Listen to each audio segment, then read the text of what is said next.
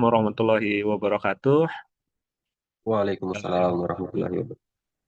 Oke, hari ini ketemu lagi dengan saya. Kita akan membahas perkuliahan materinya mengenai kimia ya, di kimia dasar ya. Jadi eh, ini materinya mengenai struktur atom yang akan kita bahas dari awal ya, dari dasarnya.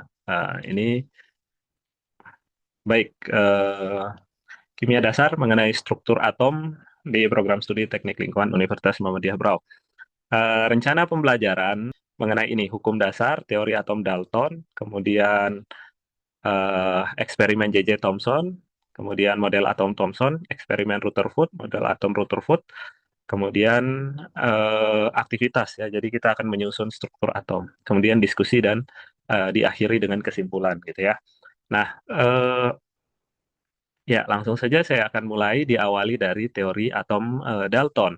Jadi ini adalah sebuah teori yang mengawali seluruh ilmu kimia gitu ya. Jadi eh, pada tahun pada tahun 1870 eh, Dalton itu dia mengungkapkan sebuah teori yang mana teorinya itu mengatakan sebuah unsur itu tersusun dari partikel yang sangat kecil yang disebut dengan atom ya. Atomos ya. Jadi ini konsepnya atomos. Kata atomos ini sendiri itu berasal dari kata Yunani ya yang sudah cukup populer. Ya, kemudian Dalton mengatakan semua atom dari suatu unsur itu identik ya, memiliki ukuran, massa dan sifat kimia yang sama ya. Kemudian atom-atom dari satu unsur berbeda dari atom-atom dari semua unsur lainnya ya. Jadi yang pertama semua atom dari suatu unsur itu identik ya. Jadi misalkan atom besi ya, besi yang ada di Berau dengan besi yang ada di Amerika, besi yang ada di Jepang dan di tempat lainnya itu pasti sama ya, identik dia memiliki ukuran massa dan sifat kimianya juga sama ya. Jadi besi di Berau bisa berkarat, besi di Amerika juga bisa berkarat gitu ya. Jadi sama itu dari unsur yang sama. Nah, sementara atom dari satu unsur itu berbeda dengan unsur lainnya. Misalkan atomnya besi itu pasti dia berbeda dengan atomnya dari emas ya. Itu yang diungkapkan oleh si Dalton. Jadi Dalton mempelajari atomnya besi itu pasti berbeda dengan emas, sementara kalau dia besi, dimanapun itu, selama dia sama-sama besi, maka dia memiliki identik gitu ya, kesamaan ya, ukuran, massa dan sifat kimianya. Nah, kemudian perkembangan atom berikutnya itu dibawa oleh seorang ilmuwan ya, ilmuwan dari Inggris namanya J.J. Thomson ya. J.J. Thomson dia mengungkapkan sebuah percobaan, nama percobaannya populer disebut sebagai eh, percobaan tabung sinar katoda ya, atau bahasa Inggrisnya cathode ray tube ya.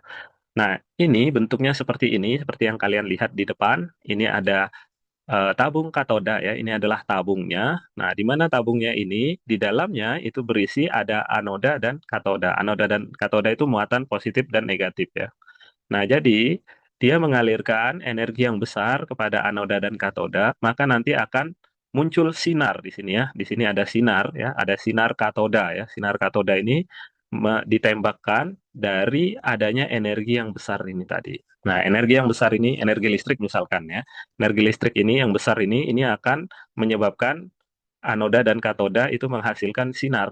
Nah, sinar ini dilewatkan kepada medan magnet dan medan listrik ya. Muatan magnet dan muatan listrik, ada listrik positif dan negatif, kemudian ada medan magnet utara dan selatan. Nah, yang menarik adalah dari percobaannya si J.J. Thomson ya, ini sinarnya itu pada saat di titik ini ya, pada saat di titik tengah-tengah ini, maka sinarnya itu dia berbelok ya. Jadi sinarnya itu berbelok dan menariknya berbeloknya dia ke arah titik C ya, titik C. Nah, karena dia itu melewati medan muatan positif dan negatif, dia tertarik ke C ya, maka si J.J. Thomson menyimpulkan bahwasanya ini muatannya itu adalah muatan yang tertarik pada muatan positif ya.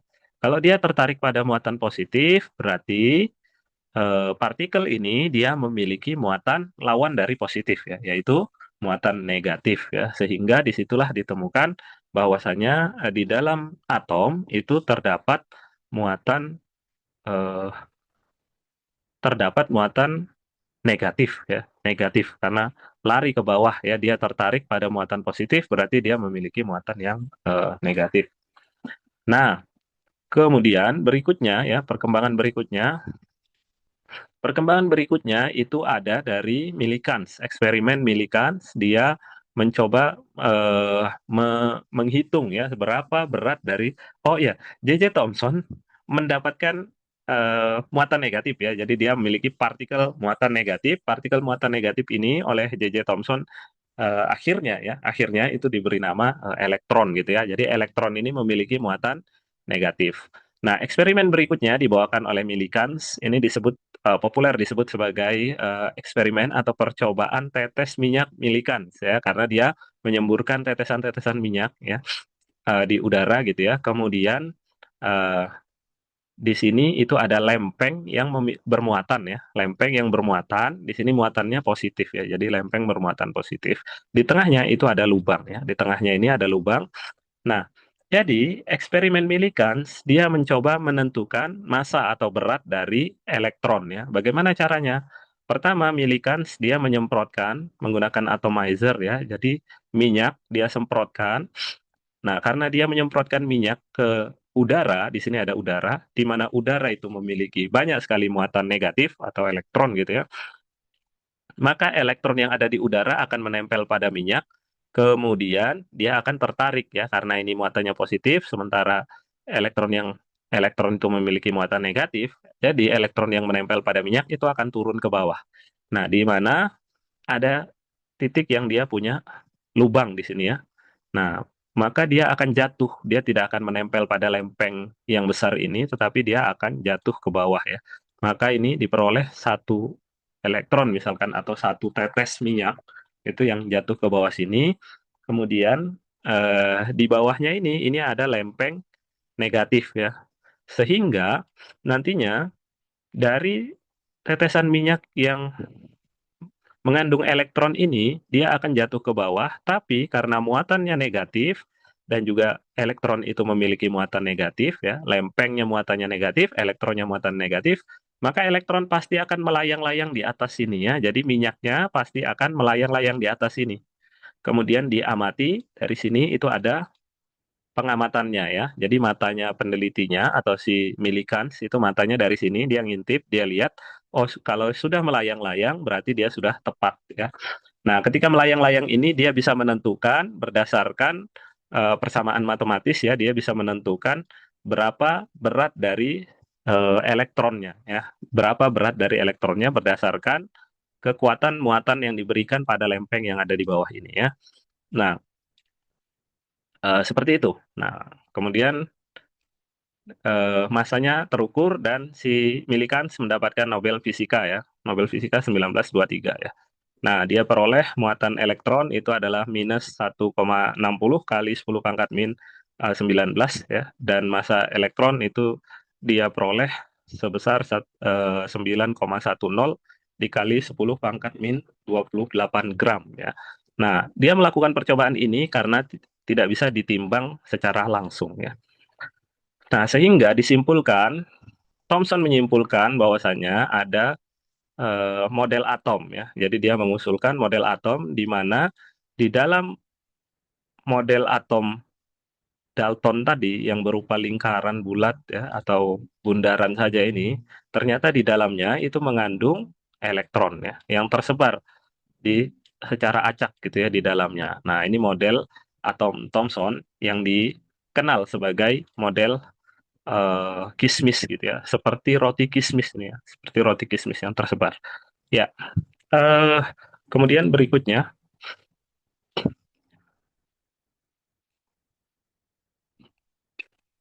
eh, seorang ilmuwan dari Inggris ya kalau tidak salah, dari Inggris, dia tertarik dengan penemuan-penemuan pada masa itu. Salah satunya yang menarik adalah ada tiga jenis cahaya ya atau sinar ya atau laser gitu ya. Sinar laser itu ada tiga jenis. Yang pertama alfa, gamma, dan beta ya.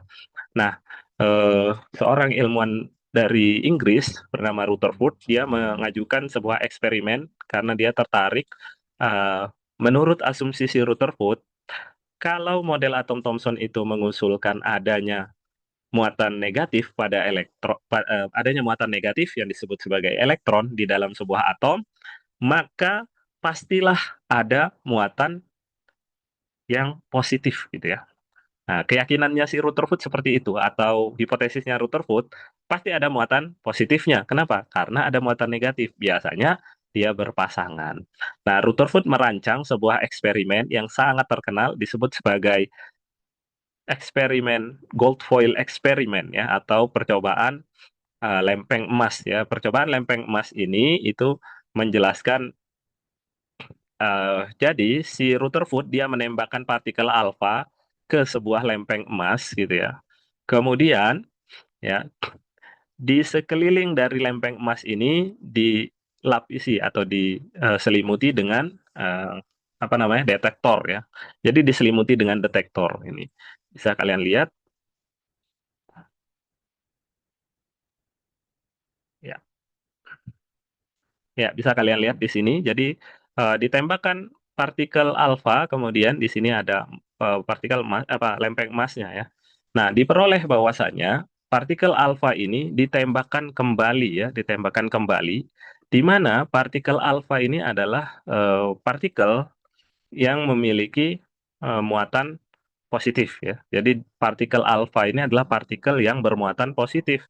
Karena dia ketika ditembakkan dia terlempar kembali atau apa namanya mental balik gitu ya, mental balik. Berarti Rutherford menyimpulkan bahwasanya pasti di dalam lempeng emas ini atau di dalam atom emas ini pasti terdapat muatan positif gitu ya, muatan positif. Nah, kemudian bisa diasumsikan seperti ini, misalkan ini adalah atom-atom emas, ya, atom-atom emas, maka laser tadi dia ketika mengenai bagian tengah, bagian inti dari atom emas, itu dia akan terlempar balik ya, mental balik. Itulah yang diamati oleh si Rutherford. Kemudian dari percobaannya itu dia menyimpulkan ada muatan positif atom yang dia terpusat di inti atom gitu ya. Kemudian disebutnya sebagai proton ya, yaitu muatan positif ya, yang dia berlawanan dengan elektron. Jadi di tengah-tengah atom itu ada proton yang dia bermuatan positif. Itu kesimpulan dari si Rutherford. Yang mana ketika dihitung massa dari proton itu adalah 1840 kali massa dari elektron ya. Ini disimpulkan. Sehingga dalam model atom Rutherford diperoleh ya. Jadi ada elektron yang mengelilingi atom dan di pusatnya itu adalah proton ya. Di pusatnya itu adalah proton. Nah, yang kemudian dari percobaan Chadwick ya, percobaan Chadwick dia menganalisis ya untuk atom hidrogen itu seharusnya dia memiliki satu proton ya, dan atom helium itu memiliki dua proton. Nah, massa hidrogen itu seharusnya dua dan massa helium itu seharusnya adalah dua gitu. Oh sorry, massa helium itu seharusnya dua karena dia memiliki dua proton, tetapi kenyataannya massa yang diukur massa heliumnya itu adalah 4. Nah, di sini timbul pertanyaan, dari mana? Harusnya kan cuma dua masanya, ternyata ada 4. Dari mana duanya?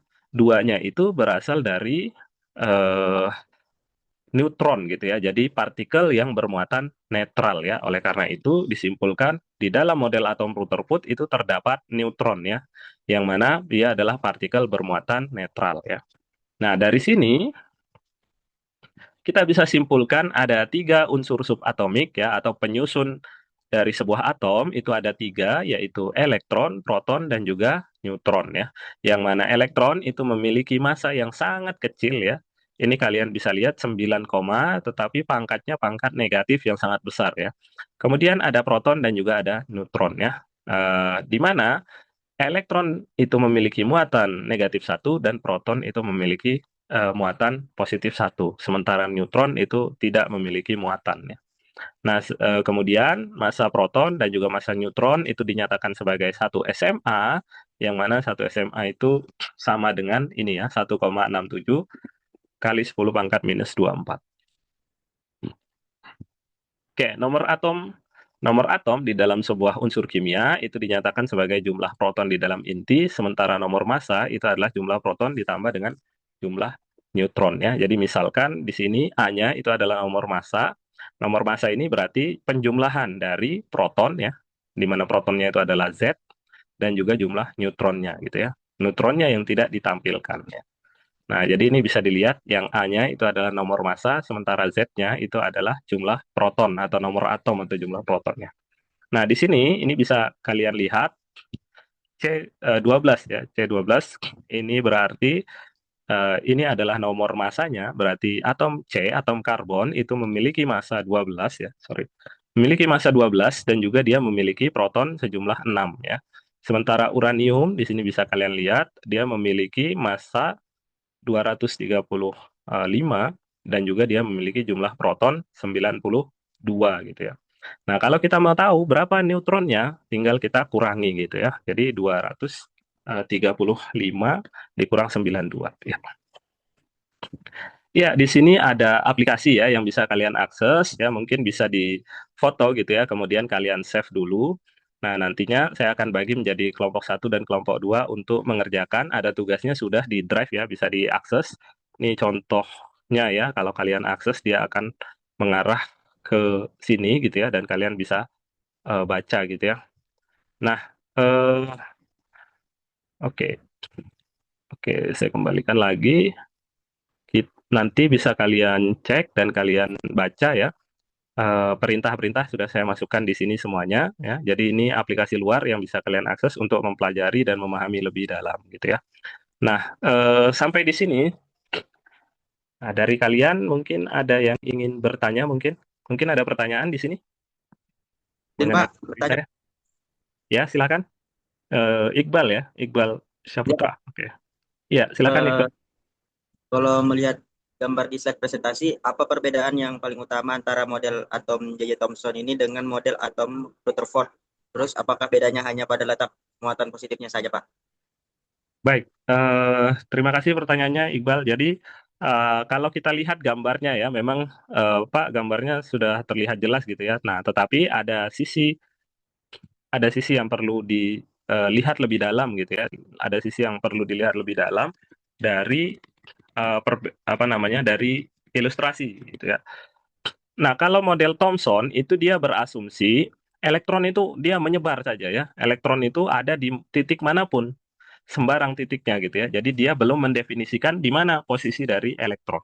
Nah, sementara di model atom Rutherford itu sudah dijelaskan bahwasanya di bagian tengah itu tidak ada elektron.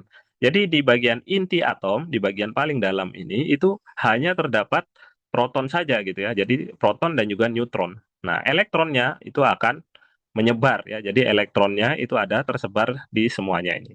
Nah, jadi dia selain menambahkan proton, dia juga menambahkan neutron dan juga dia mengetahui posisi dari elektron yang tersebar, tetapi dia tidak berada di tengah gitu ya, tetapi di pinggiran. Sementara posisi proton dan juga neutron itu ada di inti atom, yaitu ada di tengah.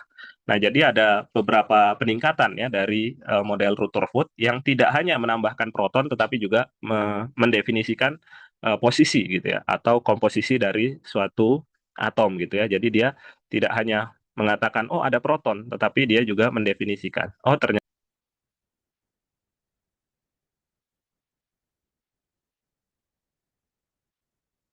ada. Saya, Pak, Ya, silakan. pada Ilham, teori atom Ilham Dalton, Jordi. Oke. ya, Pak. Pada teori atom Dalton menyatakan bahwa unsur tersusun dari partikel sangat kecil yang disebut atom. Namun, pada penemuan partikel subatomik seperti elektron, proton, dan neutron, apakah dengan ditemukannya partikel subatomik ini berarti teori Dalton sudah gugur sepenuhnya? Atau masih ada bagian dari teorinya yang relevan dalam ilmu kimia modern, Pak? Baik. Eh, Menarik ya pertanyaannya. Jadi, apa yang saya sampaikan pada kesempatan hari ini mengenai teori Dalton itu saya buat lebih sederhana ya. Di kenyataannya, teori Dalton itu dia berdasarkan pengamatan laboratorium. Nah, jadi si Dalton itu selain dia menuliskan teori atom Dalton, dia juga sudah merumuskan eh, hukum ya, beberapa hukum di antaranya adalah hukum eh, hukum proporsi ya, hukum proporsi berganda ya. Nah, jadi si Dalton itu dia peneliti laboratorium juga. Jadi dia nggak cuman mengungkapkan saja, oh seperti ini, seperti itu gitu ya, tapi dia juga memiliki pengamatan, hasil pengamatan laboratorium. Nah, salah satu hukum yang masih berlaku dan masih digunakan sekarang adalah hukum proporsi berganda gitu ya, di mana unsur kimia yang sama gitu ya, itu selalu berikatan dengan unsur kimia lainnya dengan proporsi yang sama. Misalkan CO2 gitu ya. Nah, itu selalu akan membentuk CO2 gitu ya. Jadi dia tidak akan tertarik membuat CO3 atau CO4 gitu ya. Nah, dia jadi eh, apa teori atom Dalton mengenai atom, ya, teori Dalton mengenai atom itu memang memiliki kekurangan dan dilengkapi oleh J.J. Thomson dan juga Rutherford, ya, sehingga ditemukanlah konsep yang namanya elektron, proton, dan juga neutron. Nah, tetapi ini tidak menghapuskan temuan-temuan dari si Dalton ya. Jadi dalam perspektif ilmu kimia modern, temuan-temuan Dalton yang dia susun gitu ya, yang dia susun untuk menyempurnakan teori atomnya dia itu dulu, itu masih beberapa masih bertahan dan masih digunakan gitu ya. Jadi masih mengandung nilai kebenaran. Nah, jadi inilah uniknya kalau di dalam sains ya, kalau di dalam sains kalian amati, misalkan di dalam fisika, kita mengenal hukum Newton gitu ya. Hukum Newton itu kan tentang gravitasi ya. Dia menjelaskan secara umum mengenai gravitasi yang ada di bumi ya. Rumusnya sederhana. Nah, tetapi sebenarnya rumus hukum Newton itu dia hanya berlaku di bumi. Ketika kita berada di luar angkasa, maka yang berlaku adalah Grand Theory of Relativity-nya Einstein gitu ya. Jadi hukum relativitas Einstein yang berlaku kalau kita berbicara mengenai alam semesta.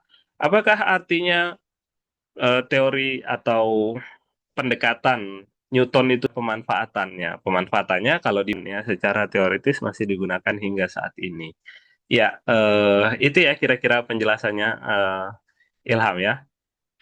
Oke, Ya, kita sudah di akhir pertemuan, jadinya di akhir ini saya akan minta ya kalian kira-kira nih dari penjelasan yang saya jelaskan dari awal sampai saat ini kesimpulan ya kesimpulannya kira-kira bagaimana? Ilham Adi coba apa kesimpulan dari pertemuan kali ini gitu? Ilham,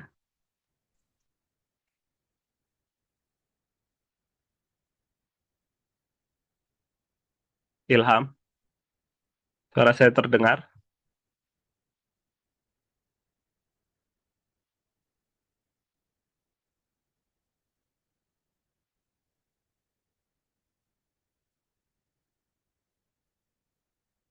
Nggak, nggak masuk. Nggak masuk. Oke, yang lain? Oh, Ilham. tes. Ya, Ilham, silakan. Apa kira-kira kesimpulannya dari pertemuan hari ini? Jadi kesimpulannya, salah satu struktur atom modern terdiri dari tiga partikel elektron, proton, dan neutron. Setiap atom itu memiliki jumlah elektron, proton, dan neutron yang berbeda-beda. Seperti itu, Pak. Oke, ya ya, cukup mewakili ya. Jadi yang kita pelajari hari ini adalah mengenai teori atom gitu ya. Kemudian di dalam teori atom itu terdapat tiga unsur subatomik gitu ya. Tiga unsur subatomik ini adalah elektron, proton, dan juga neutron gitu ya. Ya, itu saja mungkin untuk pertemuan kita pada kesempatan kali ini. Pertemuan berikutnya kita akan membahas mengenai perhitungan nomor atom dan juga nomor massa dari suatu elektron dan juga relevansinya di dalam perhitungan ilmu kimia modern ya. Jadi kita akan ketemu kembali di minggu depan gitu ya. Jangan lupa tadi ya ada tugas yang linknya tadi sudah saya berikan ya. Mudah-mudahan kalian sudah catat, nanti juga akan saya kirimkan ya secara langsung. Kemudian kalian harus kerjakan. Jangan lupa juga buku dan juga materi yang sudah saya berikan untuk dibaca kembali ya. Itu saja mungkin untuk pertemuan kali ini ya. Jika ada pertanyaan ataupun kalian masih ada kebingungan, kalian bisa reach out ya, bisa menghubungi saya melalui WhatsApp ataupun kalian juga bisa melalui datang ke ruangan saya ya. Ya, itu saja saya akhiri untuk pertemuan hari ini. Wabillahi taufiq wal hidayah. Wassalamualaikum warahmatullahi wabarakatuh. Waalaikumsalam. Waalaikumsalam warahmatullahi wabarakatuh.